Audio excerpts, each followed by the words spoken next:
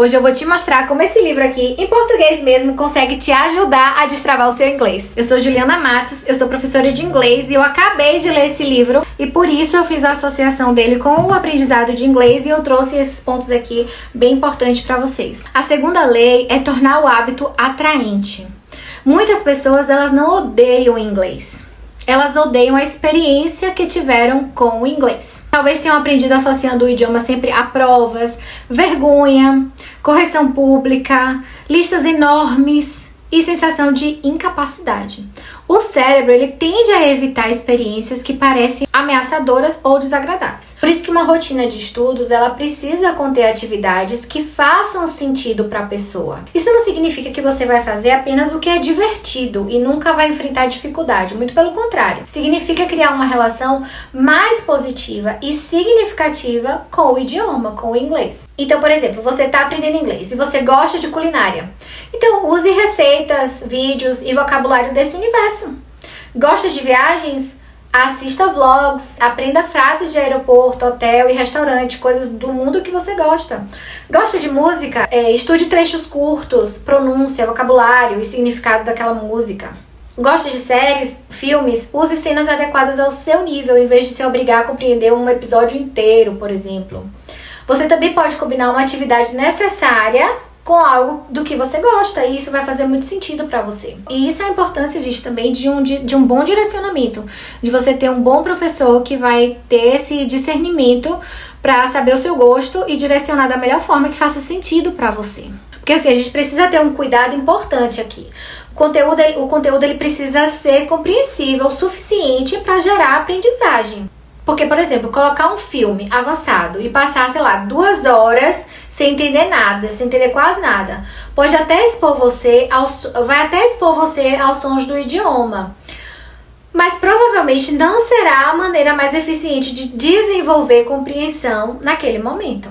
Para aprender, você precisa de desafio, mas também precisa de algum acesso ao significado. E isso se conecta a outra ideia do livro, conhecida como regras de caixinhos dourados. Esse aqui é lá no final do livro já. Ele fala que nós tendemos a manter a motivação quando a tarefa está na medida certa.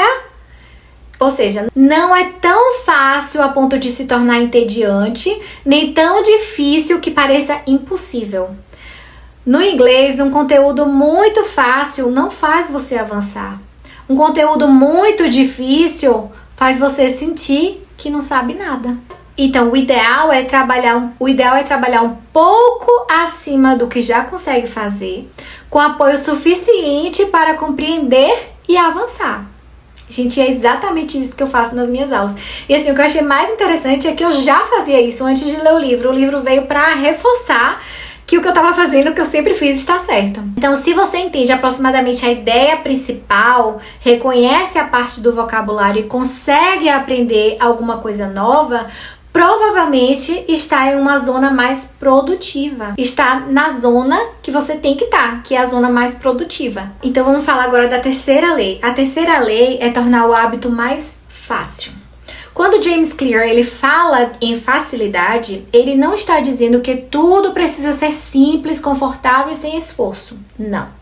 Ele está dizendo apenas que precisamos diminuir o atrito desnecessário. Por exemplo, imagine uma pessoa que decide estudar inglês, mas toda vez que começa, precisa procurar o material, escolher um vídeo, descobrir o que estudar, baixar um aplicativo, montar um planejamento, ou quando elas vêm para nossa aula, vai ligar o computador em cima da hora, vai atrás de fazer o café, não sei o que, em cima da aula, juntar o material. Então, ela gasta toda a energia se preparando e quase nenhuma energia aprendendo, porque já chega daquele jeito, além de perder tempo. Por isso que um sistema estruturado, ele ajuda. Quando você já sabe qual é a aula, qual exercício deve fazer e qual conteúdo precisa revisar, sobra mais energia mental para a sua aprendizagem. Essa parte, ela também se conecta à diferença entre estar em movimento e agir.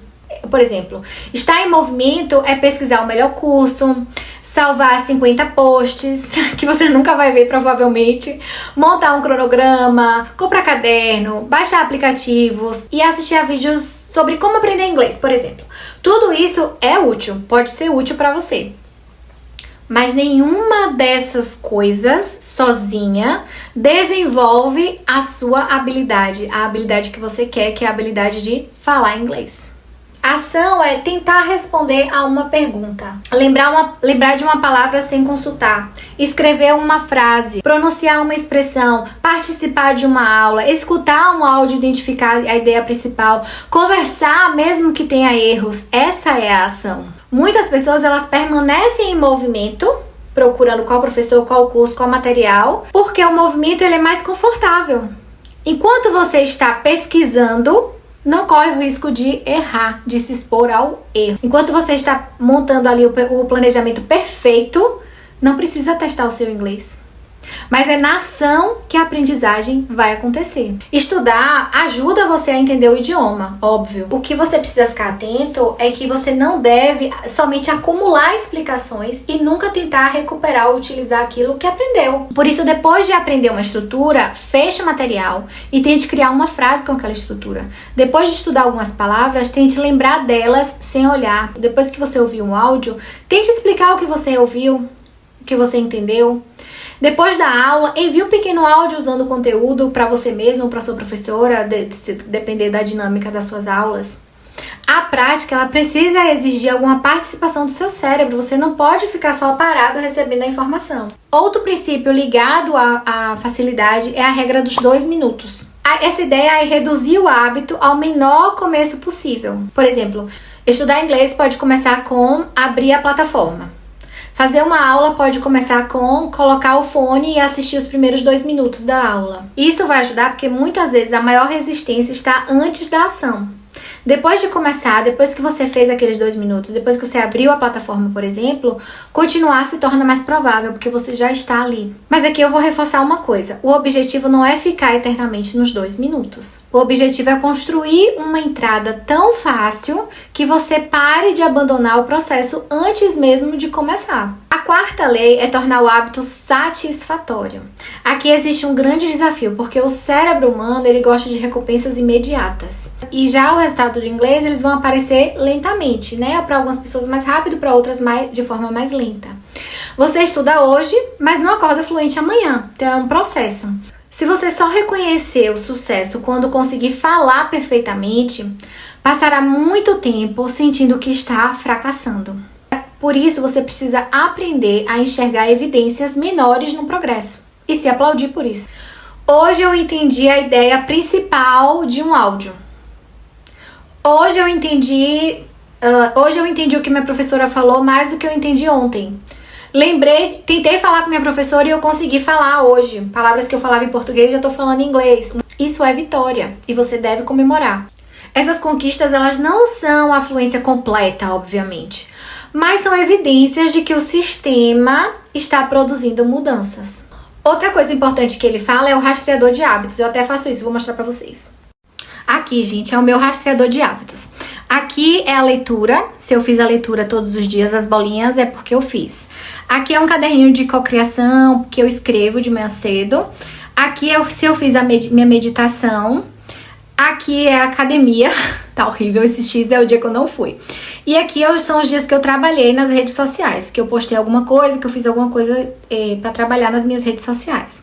Então, ele fala isso, pra você rastrear o seu hábito, os dias que você fez. Só que no caso de inglês, eu oriento vocês não só a colocar, estudei hoje, não só marcar uma bolinha como eu faço, mas colocar, por exemplo, o progresso que você faz diariamente, porque assim você vai conseguir ter essas recompensas diariamente. E o seu registro, ele vai mostrar tanto consistência quanto desenvolvimento. Gente, agora tem uma ideia que ele fala que eu achei...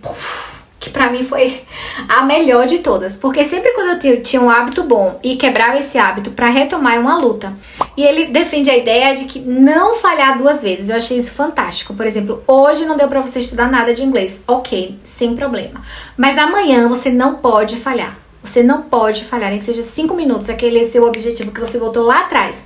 Mas você vai fazer alguma coisa. Porque James Clear, ele fala assim, perder um dia não destrói o seu progresso. O problema aparece quando uma falha isolada se transforma em abandono.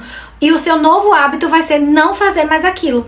Então, não estudou hoje, volte o quanto antes, volte amanhã. E não assim, eu vou voltar, vou fazer igual igual eu faço, tipo, ai, amanhã eu vou comer besteira hoje, amanhã eu vou fazer jejum o dia todo, blá blá blá. Não, gente, volta amanhã, estuda a sua meta, mantenha a meta, não precisa, sabe, fazer, amanhã eu vou fazer dobrado. Não, faz o que dá, mas faz. Até porque, assim, a mentalidade de tudo ou nada é uma das maiores inimigas do inglês. E eu acho que em tudo também, porque acaba prejudicando a minha dieta, por exemplo.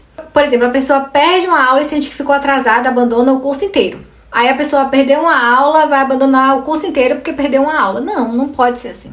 Porque assim, a falha, ela vai fazer parte. Quem aprende inglês não é quem nunca falhou na vida. É quem aprende a retomar. Vai falhar, mas vai retomar. Bom, gente, como não dá pra resumir esse livro em um vídeo só, eu fiz alguns vídeos, vou colocar uma playlist separada só para hábitos atômicos. Então, se você tá chegando agora, eu não sei quantas vão ficar, porque eu ainda vou editar, mas eu espero que seja útil pra você essas informações, como foi útil pra mim na minha vida. See you later!